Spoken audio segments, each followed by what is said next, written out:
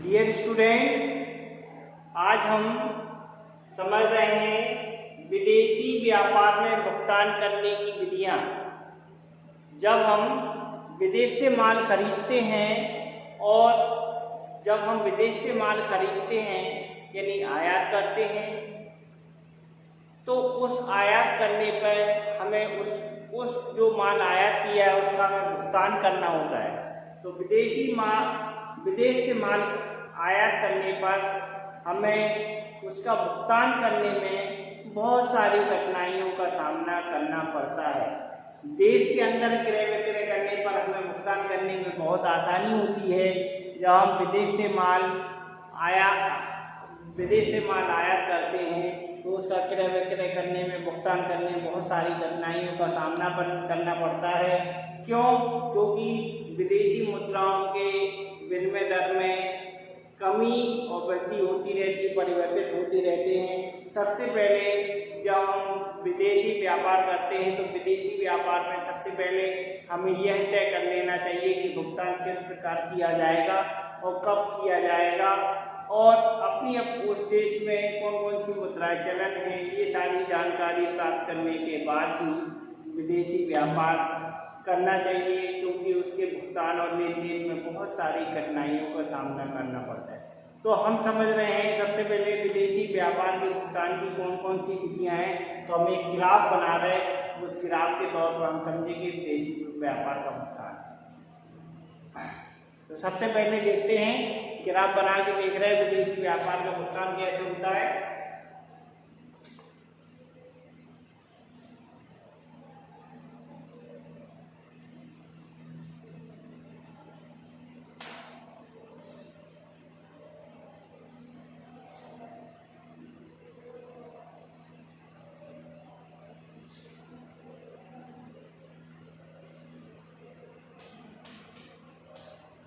सबसे पहले होता है विदेशी विनिमय प्रपत्र।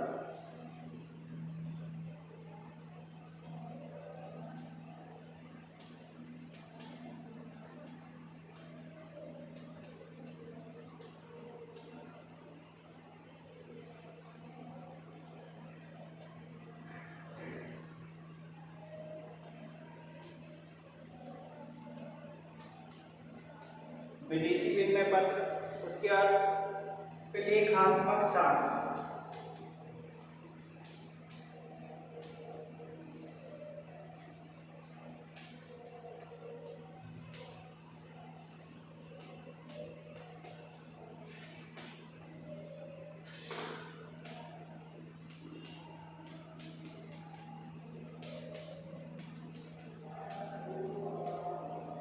बैंक ड्राफ्ट, तार द्वारा भुगतान,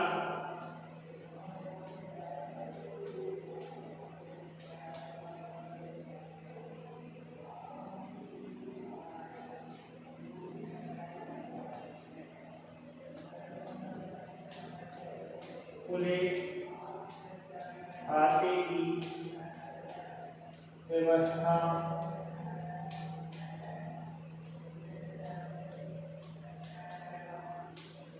आगे भुगतान।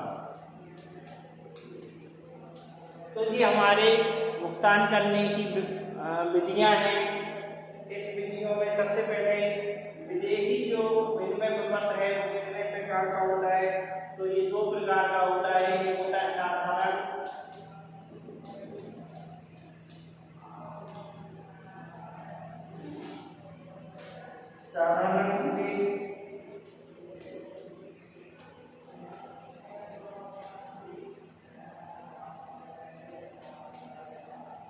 दूसरा होता है लेखात्मक।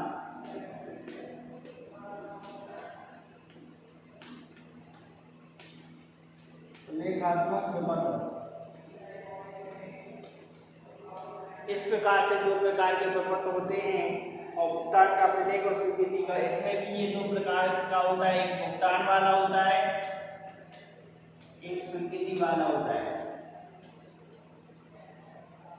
तो इस प्रकार के भुगतान करने की विधियां का जो फॉर्मेट है वो हमने ग्राफ के माध्यम से आपको समझाया है। ये हमारा ग्राफ, ये हमने टेबल टाइप में बना दी एक, उस टेबल के माध्यम से बताया है कि हमारे भुगतान करने की एक हमें विदेशी विपत्र है, प्रलेखात्मक साख है, बैंक ड्राफ्ट है, तार द्वारा भुगतान, खुले खाते की व्यवस्था के आदि भुगतान और साधारण। अब जो हमारे विदेशी प्रलेख हैं वो साधारण प्रलेख और प्रलेखात्मक प्रलेख। प्रलेखात्मक में ये भुगतान तुरंत किया जाता है, जिससे स्वीकृति द्वारा भुगतान किया जाता है। तो ये हमारा ग्राफ है।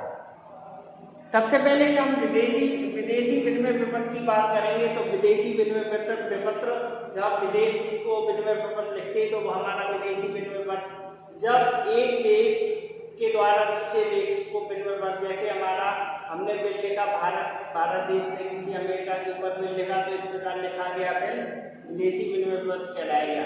जहाँ भुगतान प्राप्तकर्ता भुगतान करता अलग देश के हो तो इस प्रकार का जो विनिमय विपत्र लिखा जाएगा विदेशी विनिमय विपत्र। विदेशी विनिमय विपत्र तीन प्रतियों में तैयार किए जाते हैं। अगर विदेशी विनिमय विपत्र एक प्रति में तैयार किया जाएगा तो इसे 16 बोलते हैं। 16 में जब विदेशी विनिमय विपत्र एक प्रति में तैयार किया जाएगा तो उसे 16 विनिमय विपत्र बोलते हैं। विदेशी विनिमय विपत्र तीन प्रकार से तैयार, एक साधारण प्रलेख होता है, जैसा कि हम प्रलेख मतलब हम जो विनिमय विपत्र लिखते हैं वो साधारण प्रलेख के अंतर्गत आता है। तो एक प्रकार का साधारण प्रलेख होता है। दूसरा हमारा प्रलेखात्मक विपत्र होता है, जो भुगतान और स्वीकृति के आधार पर लिखे जाते हैं। इस प्रकार से प्रलेखात्मक प्रलेख होता है। अब जो प्रलेखात्मक साख है कि हम जिस प्रकार से हमें कोई डॉक्यूमेंट के आधार पर हमें साख मिल जाती है, जैसे हमने माल इम्पोर्ट एक्सपोर्ट कर दिया तो उस माल के आधार पर हम बैंक से उधार ले लेते हैं, साख बना लेते, तो ये हमारी प्रलेखात्मक साख कहलाती है। बैंक ड्राफ्ट, बैंक के द्वारा हम पैसा जमा करके वहाँ से ड्राफ्ट बनाएंगे, विदेशी बैंक ड्राफ्ट के द्वारा भी भुगतान करते हैं। टेलीग्राम द्वारा तार के द्वारा भुगतान का मतलब ये है कि हम तार द्वारा भुगतान करते हैं। तो इस प्रकार करते कि हम एक देश के द्वारा जब विदेशी तार भेजते तो तार के टेलीग्राम के द्वारा भी हम भुगतान विदेशी मुद्रा में कर देते हैं। खुले खाते की व्यवस्था हम अपने बैंक में खाता खोल देते। बैंक में खाता खोलने के बाद बैंक के माध्यम से अपने खाते में पैसे ट्रांसफर करके दूसरे देश में हम ट्रांसफर कर देते। तो इस प्रकार की व्यवस्था भी विदेशी भुगतान में प्रयोग की जाती है। तो इस प्रकार की व्यवस्था भी विदेशी भुगतान में की जाती है। अब हम सबसे पहले समझ रहे हैं कि हमारा विदेशी विनिमय विपत्र में हमारा विपत्र दो प्रकार का होता है, एक साधारण प्रलेख, दूसरा प्रलेखात्मक प्रलेख। तो साधारण प्रलेख हमारा ऐसा प्रलेख होता है जब किसी व्यापारी की साख बहुत अच्छी होती है। साधारण प्रलेख तब लिखा जाता है जब किसी व्यापारी की साख जब एक देश में किसी व्यापारी की साख बहुत अच्छी होती है तो उसके ऊपर इस प्रकार का प्रलेख लिखा जाता है। इस प्रलेख को खुला विपत्र या साख प्रलेख कहते हैं। इस विपत्र को खुला विपत्र या साख प्रलेख भी कहते हैं। तो इस प्रकार के जिस देश में किसी व्यापारी की साख बहुत अच्छी होगी तो इस प्रकार का साधारण प्रलेख उसके ऊपर लिखा जा सकता है। अब दूसरा साधारण प्रलेख के बाद प्रलेखात्मक विपत्र की बात कर रहे हैं। प्रलेखात्मक विपत्र का आशय ये है कि जब निर्यातक के द्वारा विपत्र के साथ में और साथ में उसकी जो अधिकार पत्र है या बिल्टी है या अन्य कोई भुगतान की स्वीकृति प्रलेख है, उन सभी प्रलेखों के साथ अगर कोई विपत्र भेजता है तो इस प्रकार का भेजा गया विपत्र प्रलेखात्मक विपत्र कहलाता है, क्योंकि इसके साथ सारे माल के सारे अधिकार रहते हैं। इस विपत्र का भुगतान दो प्रकार से किया जाता है, एक भुगतान के द्वारा, दूसरा स्वीकृति का। भुगतान द्वारा तब किया जाता है जब आयातक माल का अग्रिम रूप में भुगतान करेगा उस समय प्रलेख के विपत्र जो उसके साथ में अधिकार पत्र भेजेंगे उसी समय प्रलेख देगा। दूसरी बात स्वीकृति के आधार पर जब उसे इस बात का जब व्यापारी बहुत ईमानदार हो, बहुत अच्छा व्यापारी हो, तो ऐसी दशा में प्रलेखात्मक प्रलेख यानी हम व्यापारिक बिल को स्वीकार करके बाकी सारे अधिकार पत्र माल का जो भी डॉक्यूमेंट है उन सबको हम उसके अधिकार पत्रों को सुपुर्द कर देते, तो ऐसा प्लेघात्मक विपत्र के अंतर्गत आता है। तो प्लेघात्मक आपने पहले समझा विदेशी विपत्र जिसका मार्केट वैल्यू अच्छी होती है मार्केट में, तो इस प्रकार का बिल लिखा जाता है। तो प्लेघात्मक यानी भुगतान पहला, इसमें पहला रूप है भुगतान और दूसरा स्वीकृति। भुगतान में पहले भुगतान करेगा, उसके साथ में माल के सारे अधिकार को सुपुर्द होगा। दूसरा वाला विपत्र की स्वीकृति वाला, जब हम विनिमय विपत्र स्वीकार करेंगे उस दशा में हम अपने माल के अधिकार पत्र सौंपेंगे। तो ये हमारे दो तरीके हो गए। दूसरा है प्लेघात्मक साख। प्लेघात्मक साख का प्रयोग तब डॉक्यूमेंट्री क्रेडिट का प्रयोग तब किया जाता है जब निर्यातक आयातक के ऊपर बिल लिखता है और वह आयातक को इस प्रकार का आदेश देता है कि आप पहले जिस बैंक के नाम को भेज रहा है उस बैंक में अपना अकाउंट खोले। बिल लिखने के साथ जिस बैंक के नाम बिल लिखता है उस बैंक में आप अपना खाता खोल दीजिए। इस प्रकार फिर तब वो माल के भेजाएगा, उसके साथ व्यवस्था करेगा। तो उसमें आप खाता खोलने पर फिर उससे क्या होता है, आपकी साख बन जाती है और आप प्लेघात्मक साख के आधार पर अपने माल को दे सकते हैं। तो प्लेघात्मक साख कहलाती है। इसके बाद आती है बैंक ड्राफ्ट। बैंक ड्राफ्ट जब व्यापारी की साख अच्छी होती है तो वह दूसरे देश में दूसरे बैंक के नाम बैंक में यहाँ से बैंक ड्राफ्ट बनाकर दूसरे देश में जहाँ उसका संबंध होता है तो उस बैंक में उसी की मुद्रा में बैंक ड्राफ्ट बनाकर भेज सकता है। दूसरा इंटरनेट के माध्यम से बहुत सारी सुविधाएं तार के द्वारा इंटरनेट के माध्यम से अपनी केबल माध्यम से जो हम विदेशों से संपर्क टेलीग्राम भेजते हैं तो उस विदेशी तार के द्वारा जब विदेशी उससे टेलीग्राम भेजते हैं तो इसी माध्यम से पैसा भेजाने की अच्छी व्यवस्था है।